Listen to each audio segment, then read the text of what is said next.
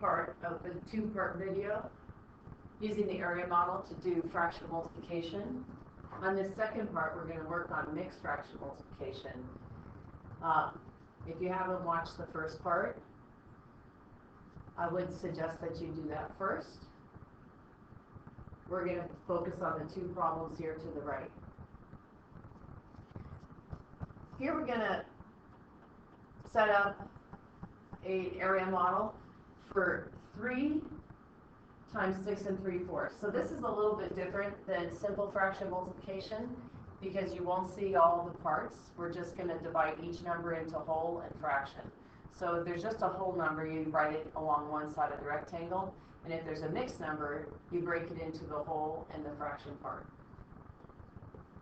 Then you just draw a line and start area model multiplication. So in this first square here, you're going to multiply 3 times 6. And in the second square here, you're doing 3 times 3/4.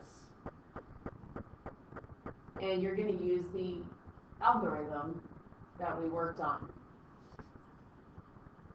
In other words, you can make 3 into a fraction of 3/1 and then multiply the numerators and multiply the denominators to be 9/4 because 3 times 3 is 9 and 1 times 4 is 4. So this is 9/4, which is equal to 2 1/4. And then you add 2 1/4 to 18. And you get 20 1/4. So you add the parts of the squares together. Here's a second example. I see both numbers are mixed numbers, so 8 3/4 would go here, 12 1/2 would go there. And then you multiply 12 times 8. So we're going to do 12 times 8, and that's 96.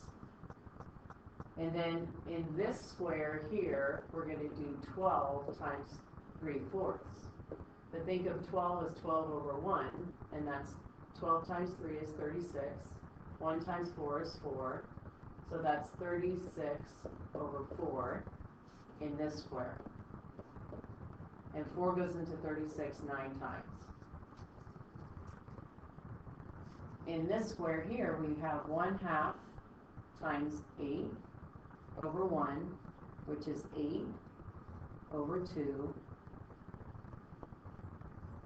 So 8/2 is equal to 4. And in this final square, we have 1/2 times 3/4, which is 3/8.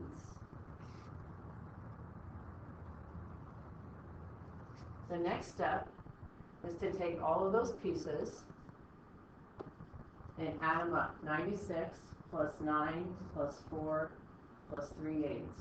So 96 plus 9 plus 4 plus 3/8. When I add up 96 plus 9 plus 4, I get 104 plus another 3/8. That's my final answer.